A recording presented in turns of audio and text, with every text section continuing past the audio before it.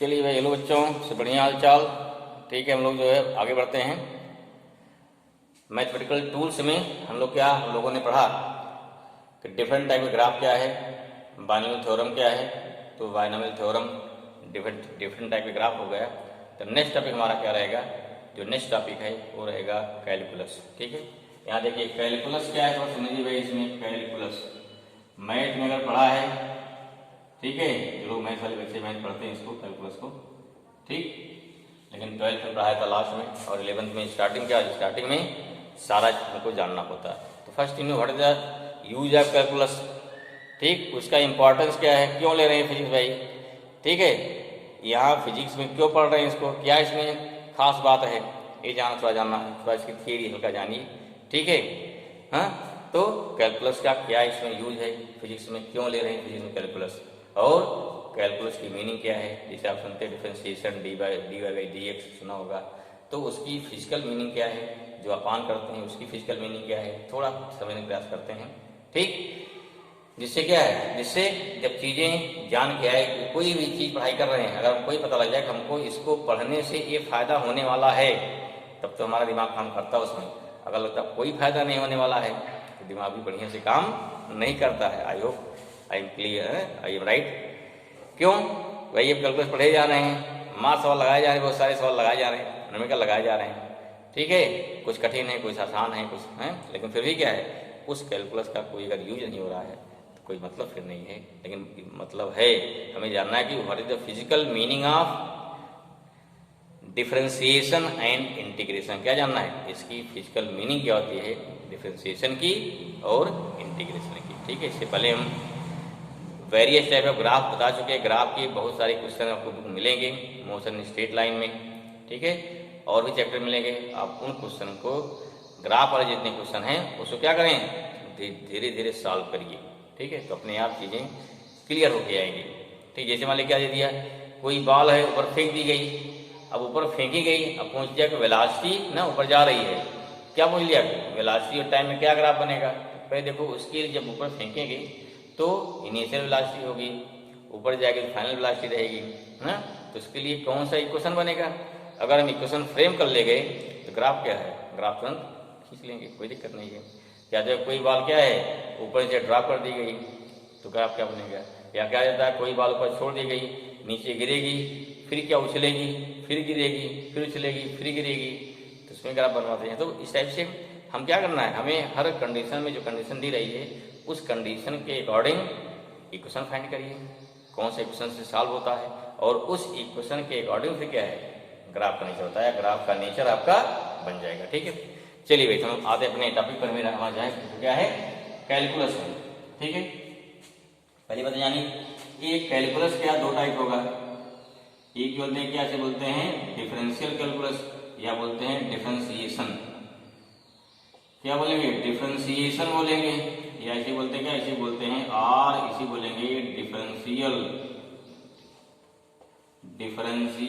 Calculus बोलेंगे, ठीक है। दूसरा क्या रहेगा, इंटीग्रेशन हो गया, और इसे क्या बोलेंगे, इसे बोलते हैं इंटीग्रल कैलकुलस, ठीक है। तो दो टाइप हो गया। चलिए हम देखते हैं what is the use of this calculus in physics.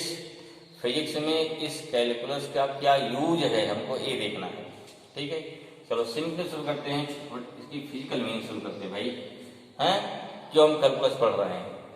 जैसे मान लीजिए आपके पास अब तक जो हम लोग पढ़ाई किए हैं, जो डिफरेंट टाइप की फिजिकल बॉडीज है, जो डिफरेंट टाइप के फिजिकल वेरिएशन है, वो देखते हैं। दो टाइप हो गया, physical body and physical variation. Physical body है, जैसे मान लीजिए कोई क्या है, कोई ब्लॉक है, रेक्टेंगुलर ब्लॉक है, या कोई स्क्वायर है, कोई क्या है, कोई क्या है, रेक्टेंगल है, कोई ट्राइंगल है, कोई सिलेंडर है, कुछ ले लीजिए, सिलेंडर ले लिया, सिलेंडर ले लिया, स्क्वायर ले लिया, ठीक है, या कोई क्या ले लिया, ब्लॉक ले लिया, स्क्वायर से ब्लॉक ले लिया, ठीक है। क्या हो गया, क्यूबिकल हो गया, या क्यूबाइड हो गया, कोई क्या ले लिया, सॉलिड स्फीयर ले लिया, या कोन ले लिया, सच टाइप डिफरेंट टाइप है, क्या हो गए, डिफरेंट टाइप के क्या हो गए आपके शेप हो गए। हैं, this is also use in the physics. भाई कोई चीज हम बॉल फेंक रहे हैं, ठीक है, बॉल की क्या हमको कोई स्फेरिकल बॉल है, हमें उसका क्षेत्र पता करना है, ठीक है, मास पता करना है, तमाम चीज़ें मिलती हैं, उसका सरफेस एरिया पता करना है, तो तमाम चीज़ें हैं जो यहाँ क्या है जो फिजिक्स में बार बार यूज आएगा, ठीक है। अगर इसका फिजिक्स में यूज आ रहा है, इन दैट कंडीशन दी जाता क्या, दी जाता रेगुलर शेप ऑफ बॉडी, ठीक है। क्या करना है हमको, suppose we want to find perimeter, we want to find surface area, किसी में स्फीयर में या कोन में we want to find volume, then no problem, we can find simply, find कर लेंगे, कोई दिक्कत नहीं है, हम तुरंत फाइंड कर लेंगे। सबके लिए क्या एक पर्टिकुलर फार्मूला है, ट्राइंगल का नाम लेते ही दिमाग में एक ट्राइंगल बन जाता है, चाहे छोटा या बड़ा, ठीक है, डिपेंड करेगा अपनी सोच पे। अच्छा भाई, कि बड़ा बनाए, छोटा बनाए, मीडियम बनाए या ना ही बनाए, जैसे भी ये क्लियर हुआ। सिलेंडर नाम अगर नाम लिया सिलेंडर का तो दिमाग में एक बन गया सिलेंडर कैसा होता है, कौन का, स्फीयर का, क्यूब का, because these are regular figures, जितने रेगुलर फिगर्स हैं हमें उनके बारे में पता है, उनका शेप कैसा होता है। अगर आपको शेप पता है तो तुरंत क्या हो गया, दिमाग में बना फिगर, उसको सॉल्व कर लेते हैं, ठीक है, क्लियर, यहाँ कोई समस्या नहीं हुई। अब जो हमारी समस्या है कि जिस समय जो हमारी फिजिकल बॉडीज हैं is all physical bodies are only this shape, क्या सभी फिजिकल बॉडी इसी शेप की होती हैं, कोई जरूरी है। ए पीस ऑफ स्टोन क्या हमेशा इन्हीं शेप में से आएगा जो रेगुलर शेप जानते हैं, ठीक, पीस ऑफ स्टोन ले लिया या कोई बॉडी ले लिया, ठीक, तो अगर हम कोई बॉडी ले रहे हैं तो क्या उस कंडीशन पे क्या हो गया, उस कंडीशन पर उसका शेप हमेशा क्या हो गया, उसका शेप जो होगा वो हमेशा रेगुलर नहीं आएगा।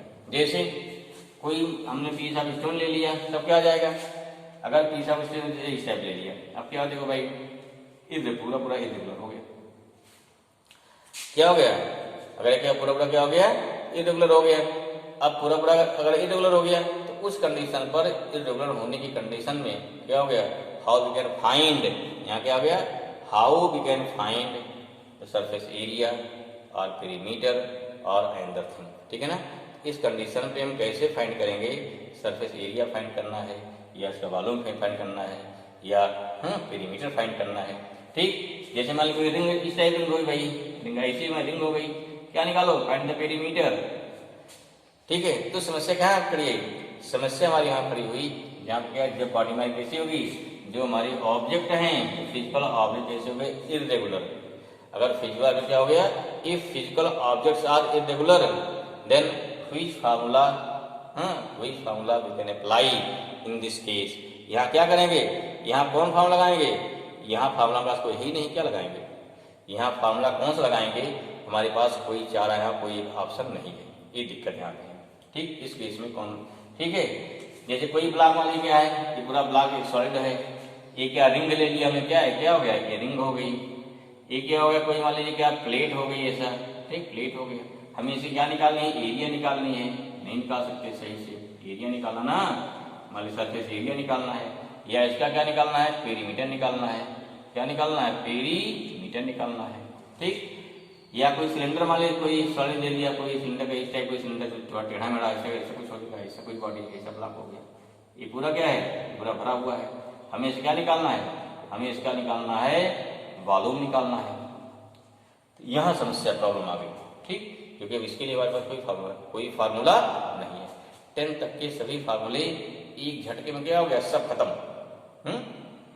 एक झटके में क्या, सारे फार्मूले खत्म, जितने हमने 10 तक पढ़ाई किया है, सारी पढ़ाई, सारी मैथमेटिक्स अचानक एक झटके में खत्म हो गई। ये तो बात कुछ की गई, ये तो बात हुई रेगुलर बॉडीज की।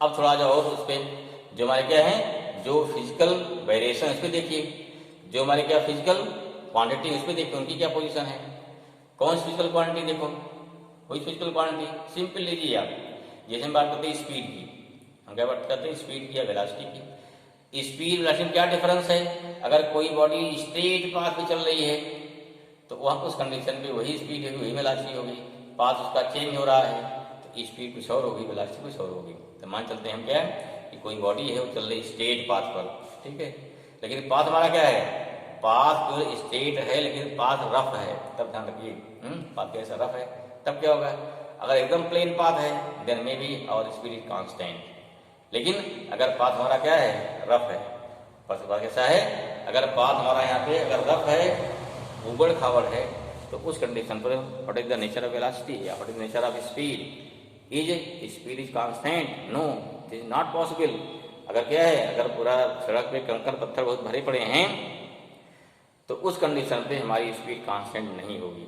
या सिंपल हम चल रहे हैं रोड पे, तमाम भीड़ भाड़ गाड़ी चल रही है, भीड़ चल रही है, कई लोग आ जा रहे हैं, ठीक है, कहीं ब्रेकर बना हुआ है, in that condition our speed can not maintain just like constant. But till two 10th class, till two 9th or 10th class, we supposed all the objects are moving with constant speed, with constant velocity। जो formula जो question लगाया गया, जिस लगाया गया question of motion, वहाँ क्या था, v = u + at या v² = u² + 2as, या क्या लगाया गया, या लगाया गया कि s = ut + ½ at²। इसे माना गया कि इनिशियल वेलोसिटी कांस्टेंट है, फाइनल वेलोसिटी क्या रहेगी, कांस्टेंट रहेगी, ठीक है, या एक निश्चित ऑर्डर में बढ़ती रहेगी। तो वहाँ पे कहीं पर ये नहीं माना गया वेलोसिटी उसकी घट बढ़ सकती है, ठीक है। तो उस कंडीशन पे हर चीज़ को कांस्टेंट और रेगुलर माना गया, ठीक है। Means these formulas, which formulas, कौन से, v = u + at जो हमारे इक्वेशन ऑफ मोशन है, these formulas are apply for regular changes. Means क्या है, अगर हमारी स्पीड कांस्टेंट है, वेलोसिटी कांस्टेंट है, एक्सीलरेशन कांस्टेंट है, तब तो ये लगेंगे। अगर वाले क्या है, अगर कांस्टेंट नहीं है तो उस कंडीशन पे फार्मूले फिर नहीं लगेंगे। अब देखिए रियलिटी क्या है, प्रैक्टिकली क्या है, तो practically when any motor car, any vehicle, any object is moving on the path, then certainly this speed or this velocity cannot be constant always, this always vary करेगी। हम पैदल चल रहे हैं तो भी वेलोसिटी में क्या, हमारी स्पीड क्या वेरी करेगी, ठीक है। इसे क्या निकालते हैं, अगर निकालना है हमको एक पॉइंट से पॉइंट तक गए, बढ़ी और स्पीड, हम सिंपल क्या निकालते हैं, भाई यहाँ से वहाँ डिस्टेंस कितना है, क्या टाइम लगा, फिर दो डिवाइड करते हैं, स्पीड आ गई। बट क्या, बट ये ट्रू है, नहीं ट्रू है, क्यों, कहीं रास्ते में ब्रेकर आया होगा, कहीं गड्ढा आया होगा, कहीं ऊंचा आया होगा ना, कहीं ठोकर लगी होगी, तो इस टाइप क्या है, कहीं भीड़ आया गया, आप चल रहे हैं, बच्चा रास्ते में आ गया, तो उस कंडीशन पे during motion practically the speed of all the object can not be same. हाँ भाई, उस एरोप्लेन चल रहा है, वहाँ कोई अवरोध नहीं है, ठीक है, नो रेजिस्टेंस, वहाँ केवल क्या है, एयर रेजिस्टेंस है, कोई रेजिस्टेंस है ही नहीं यहाँ पे, तो वहाँ क्या, वहाँ स्पीड और वेलोसिटी में भी कांस्टेंट, ठीक है। लेकिन प्रैक्टिकली रिमेनिंग ऑल थिंग, कोई बॉडी लेंगे हम तो वहाँ उसकी स्पीड कांस्टेंट नहीं हो सकती। सोचिए इफ स्पीड और velocity not constant, then what is acceleration, rate of change of velocity, तो एक्सेलरेशन भी कांस्टेंट नहीं होगा।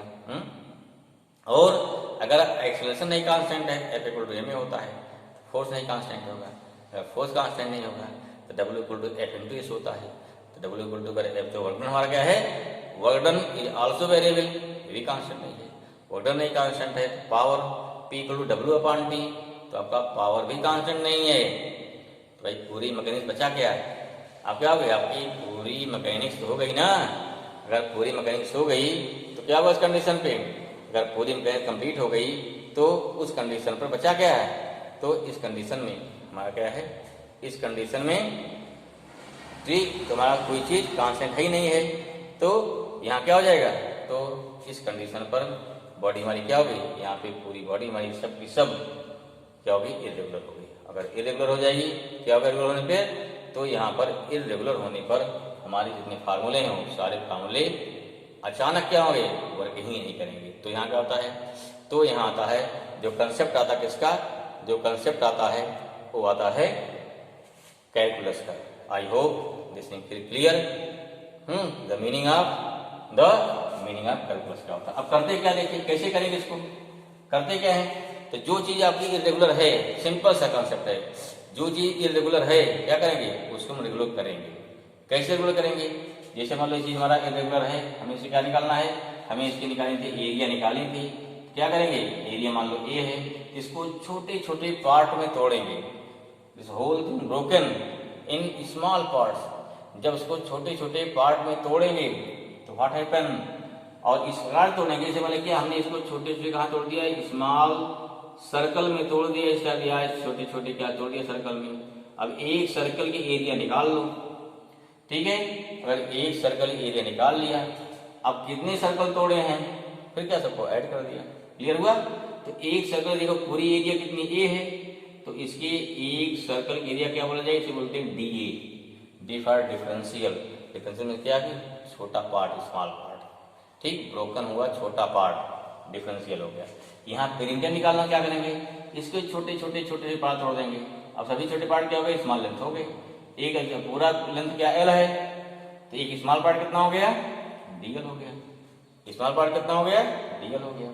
ठीक, ऐसे यहाँ वॉल्यूम निकालना है, तो यहाँ छोटे जो क्या करेंगे, चाहे आप क्या करेंगे इसको, चाहे आपका छोटे क्या स्फीयर में या सिलेंडर में, किसी छोटे पार्ट तोड़ देंगे और एक छोटा पार्ट में क्या हो जाएगा, one small part is known as क्या होगा, बोलते हैं वॉल्यूम। कितना हो गया, डीबी हो जाएगा। क्या हो जाएगा, वन स्मॉलर पार्ट इज क्या हो जाएगा आपका, ये हमारा हो जाएगा वॉल्यूम हो जाएगा। कितना आप समझ गए चीज क्या था हमने, तो ये है, इसको छोटे छोटे पार्ट क्या करेंगे, डिवाइड करेंगे, and each part is known as D, इसे क्या बोलेंगे, डी और इक्वल से differential of A in the same way. क्या बताया हमने यहाँ पे, each small part is known as DL, यहाँ पे हो गया small part is known as DB. तो this is known as, this process is known as differentiation. क्या करेंगे हम, पूरे बॉडी को या पूरे क्या हो गया, पूरे इरेगुलर ऑब्जेक्ट को, this whole irregular object is splitting into small component of that term. Term means what? This may be area, this may be circumference, this may be area, this may be length, this may be volume. So each term or each small part of this object is known as differential part. If this is area, then dA. If length, then dl. If volume, then what happen? Then this is dV. This thing clear? यहाँ area हो गया, आपकी length हो गई, volume हो गया। तो इस प्रोसेस क्या बोलते हैं, इसी बोलते हैं हम सिंपल, इसी बोलते हैं differentiation. This means the splitting of any object in number of small terms is known as differentiation. And the collection of whole thing, when we are collected whole thing, सब इसको जोड़ते हैं, ऐड करते हैं, उसे क्या बोलते हैं, उसी को बोलते हैं इंटीग्रेशन। उसको क्या है, तोड़ना क्या हो गया, इंटीग्रेशन, जोड़ना क्या हो गया, कैलकुलेट क्या हो गया, इंटीग्रेशन हो गया। मीन्स तोड़ना क्या हो गया, अब उसको ब्रेक करना या तोड़ना हमारा क्या हो गया, यहाँ जो तोड़ना इसका हो गया ब्रेकिंग, या तोड़ना क्या हो गया, डिफरेंशिएशन, और इसको ऐड करना या जोड़ना क्या हो जाएगा, उसे बोलते हैं इंटीग्रेशन। I this clear? क्यों तोड़ रहे हैं, क्योंकि तोड़ने देखो ईच एंड एवरी पार्ट क्या है, रेगुलर हो गया, माने क्या हो गया, रेगुलर हो गया। ठीक, ये क्या किया हमने, जो हमारा इरेगुलर शेप था इसको क्या किया, इसको पहले रेगुलर बनाया। देखो ई जो जितना आपका कर्व पार्ट है, ईच कर्व पार्ट है क्या हो गया, है फिक्स स्फीयर। इसलिए क्या हो गया, यहाँ ईच एंड एवरी पार्ट और regular, first irregular thing converted into regular and then we can add और सब्ट्रैक्ट। क्लियर हुआ? तो हम इसको क्यों तोड़ रहे हैं, इसको रेगुलर करने के लिए स्मॉल पार्ट में ब्रेक किया, तो ब्रेक करने के बाद फिर क्या है, इसको हमने जोड़ दिया। क्लियर हो गया? What is the meaning of differentiation, ठीक, and what is the work of differentiation, ठीक है ना। तो what is the meaning of differentiation, this means the process of splitting of any irregular object into क्या हो गया, into smaller regular object is known as differentiation. ठीक है, और जो आपकी पूरी मैथमेटिक्स लगेगी उसे क्या बोलेंगे, उस ब्रांच को, उस पार्ट को, उसे बोलते हैं डिफरेंशियल कैलकुलस। जितने फार्मूले आप लिख जाएंगे, पूरा एक ब्रांच बनेगी जो सब कलेक्शन करेगा, सबका डिफरेंट टाइप देखेगा, उसे क्या बोलेंगे, उसे बोलते हैं डिफरेंशियल कैलकुलस। और उसका अपोजिट क्या है, सबके पूरे whole parts we should collected, जो इसको इकट्ठा करेंगे उसे क्या बोलते हैं, उसी को हम बोलेंगे इंटीग्रेशन। क्या बोलेंगे उसे बोलते हैं इंटीग्रेशन। ठीक है भाई, बात समझ में आ गई, क्लियर हुआ? चलिए आगे देखते हैं। तो इसका क्या हो गया, इस क्लास हमारा आ गया मीनिंग ऑफ डिफरेंशिएशन। तो थोड़ा और डेफिनेशन के बारे में अब डिफाइन कर लेते हैं। मीन्स क्या है, अगर बात करते हैं डिफरेंशिएशन की, क्या हो गया, डिफरेंशिएशन हाउ डिफाइन, क्या हो गया, this defined as the process of phenomena, the process of splitting of an irregular object into smaller, क्या हो गया, into smaller regular object, ठीक है ना, into चाहे नंबर, नंबर ऑफ, क्या हो गया, बहुत सारी चीजें, number of smaller regular object is known as differentiation, क्या हो गया, is known as differentiation and the branch of math, the branch math है भाई of maths in which we study this process or this phenomena, we study the our process क्या हो गया, is known as differentiation, known as differential calculus। अब एकदम दिमाग में बैठ जाना चाहिए, what is the actual meaning और what the meaning of differentiation and what is the differential calculus, इन दोनों क्या डिफरेंस है, ठीक, दिस डिफरेंशिएशन, ठीक, जिस ब्रांच में इस हम पढ़ेंगे that whole branch is known as differential calculus, और जो हमारी प्रोसेस है उसको छोटे छोटे पार्ट तोड़ करके रेगुलर करने की, रेगुलर थिंग को, that process is known as differentiation. Okay, clear. Next भाई देखो इस बार फिर क्या अगला है, इसके बाद नेक्स्ट थिंग हमारा क्या हो जाएगा, अगला है इंटीग्रेशन। नेक्स्ट क्या आएगा, नेक्स्ट हो गया इंटीग्रेशन। देखो ये क्या हो जाएगा, व्हाट इज दिस, सिंपल जैसे का रिवर्स, क्या कहते हो, द रिवर्स ऑफ, देखो क्या कहते हैं, हम कह सकते हैं द रिवर्स ऑफ डिफरेंशिएशन कह सकते हो, द रिवर्स प्रोसेस। तो हमें जोड़ा है, अगर तोड़ा है तो उसको जोड़ना पड़ेगा ना, लेकिन द रिवर्स ऑफ डिफरेंशिएशन और क्या हो गया, और कैसे का द कलेक्शन ऑफ, हो गया, और the collection of all small regular part during, क्या हो गया भाई, during differentiation, क्या हो जाएगा, differentiation is known as हो गया हमारा इंटीग्रेशन, ठीक है। तो ये डिफरेंशिएशन और इंटीग्रेशन का क्या होगा आपका, ये आपकी डिफिनेशन हो गई। अभी जैसे क्लियर, उसमें क्या आएंगे, इंटीग्रेशन के फॉर्मूले होंगे, कुछ डिफरेंशिएशन फॉर्मूले होंगे, ठीक है, उन फॉर्मूले को बताएंगे आपको, फिर उसको न्यूमेरिकल चलेगा। तो फिर इन फार्मूले की मदद से जो हमारे फिजिकल टर्म होंगे उस फिजिकल टर्म को भी सॉल्व किया जाएगा, ठीक है ना। तो उसको हम देखेंगे नेक्स्ट वीडियो में, तब तक के लिए यहाँ पे एंड करते हैं। Okay, thank you.